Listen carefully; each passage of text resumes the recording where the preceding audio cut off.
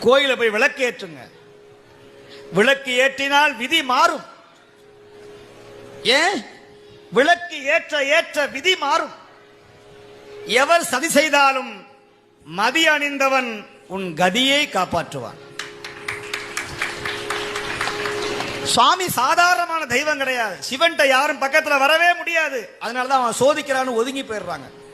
அவன் பக்கத்துல வர வர நீ சாதிக்க வைக்கிற ஒரே தெய்வம் சிவன். சிவன் சிவன் சிவனை மாதிரி ஒரு எளிமையான தெய்வம் யாரும் கிடையாது. வலிமையான தெய்வம் யாரும் கிடையாது. உரிமையான தெய்வம் யாரும் கிடையாது. அவன் தாயும் தந்தையுமாக நிற்கிற தெய்வம், அருட்ஜோதி தெய்வம், நம்மையெல்லாம் ஆட்கொள்ளுகிற தெய்வம், அங்கெங்கனாதபடி எங்கும் பிரகாசமாய் அறிவோடு நிற்கிற பர தெய்வம் சிவன்.